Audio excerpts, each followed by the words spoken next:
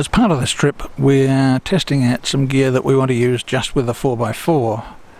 Now, we've brought the camper trailer with us this time to make sure that we've got a bit of comfort if everything goes south. But the little tent here, they're called an Instant tent. Now, I've seen quite a few different Instant tents, and this one truly is Instant. We'll just give you a quick demo of that, and I don't think you'll find anything else on the market that quite matches it. This is a Coleman. They say it's a 4-man tent, which is, let's say, pure bullshit. It's a 2-person tent at best. The one they call a 2-person tent is a 1-person tent. The way they measure these things is pathetic, so that is only suitable for 2 people, even though they put 4 people or a 4-person tent on it. Now, I don't think it's going to be long-term use. It's going to be good for quick overnighters, something that we can just chuck up next to the 4-wheel drive if we want.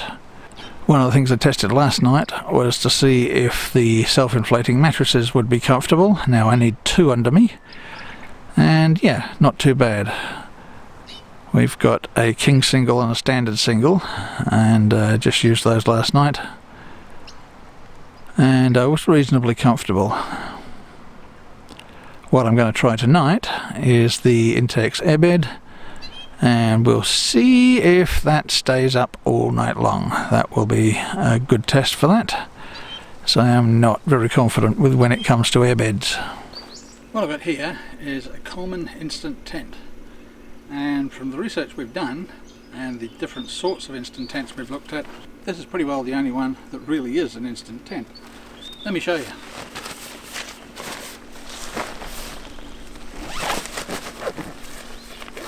It takes longer to get it out of the bag than it does to set it up.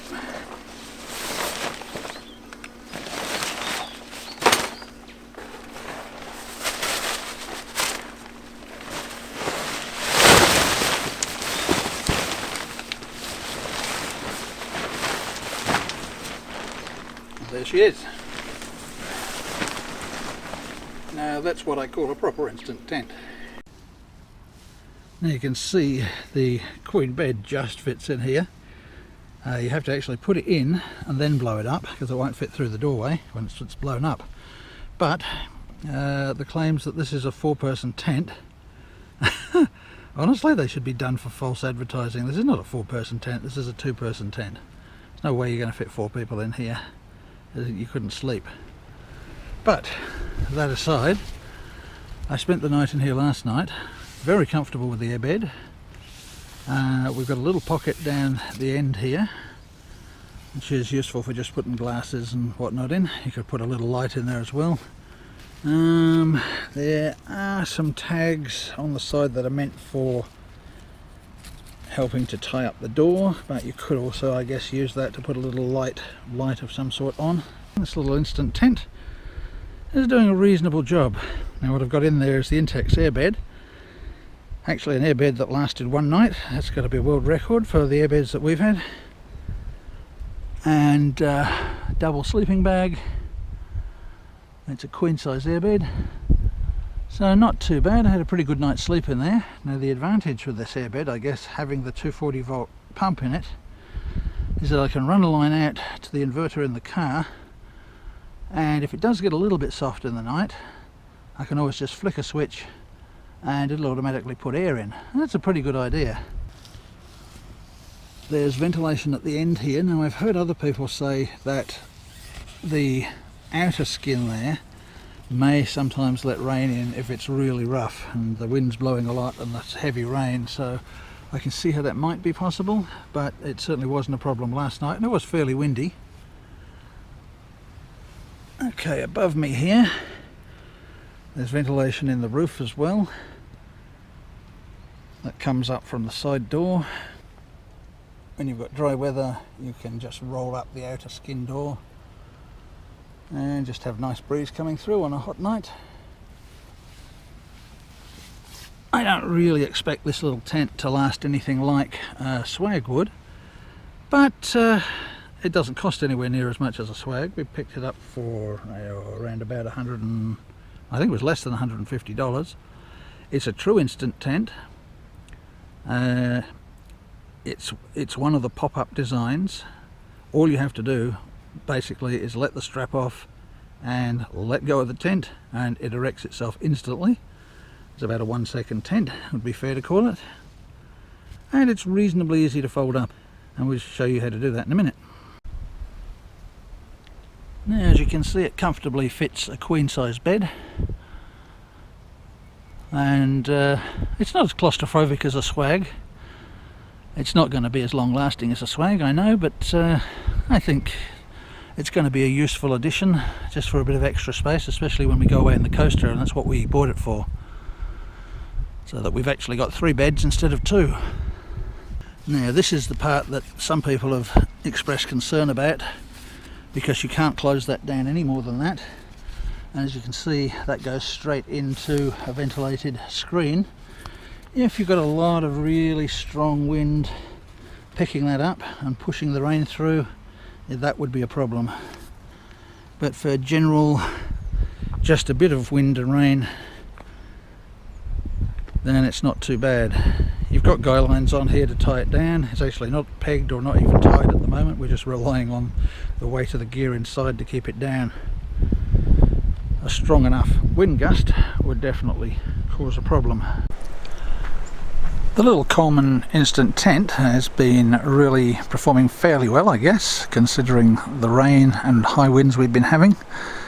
The thing to watch for with these tents is the fact that that whole piece on top, the green section that sits across the top of the tent, is actually a fly. It's clipped on and it relies on elastic to keep it there, so in time, I guess, if the elastic gets loose, you're going to have problems with that, and if you have high winds, you're going to have problems because it could lift that up and rain can get underneath it, and I'll just show you what I mean.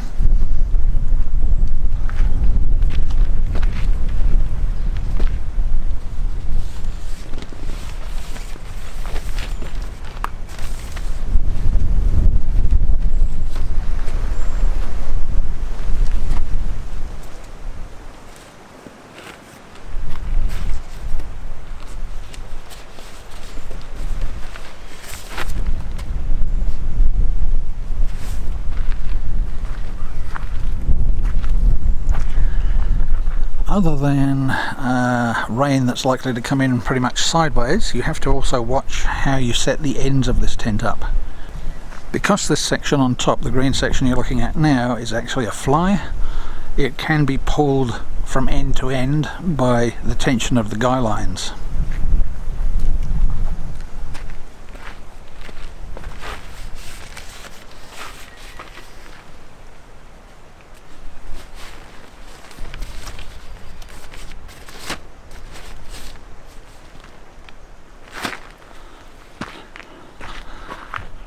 So if you don't have that tension correctly, one end is actually going to be exposed to the elements, or you're not going to have enough overlap to fit around the support that comes up over the top of the tent.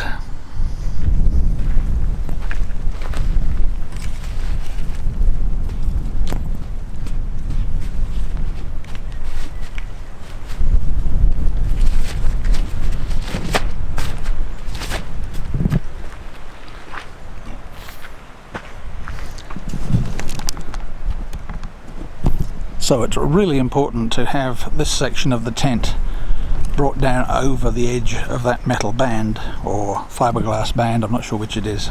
Of course, if you've got a bit of wind, you're going to want to peg it down, but certainly if you want something quick to set up, if you've arrived at camp late and you just want somewhere to chuck a mattress in and have a sleep, not a bad idea.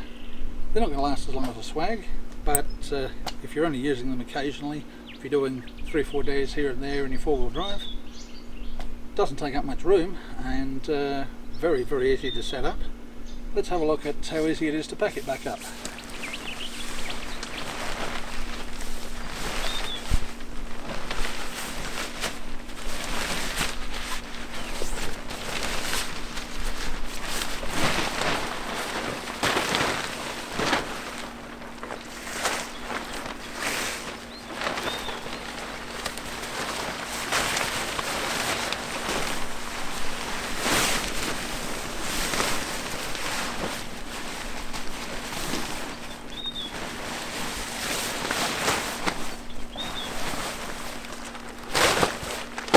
Then it's just a matter of putting it back in the bag.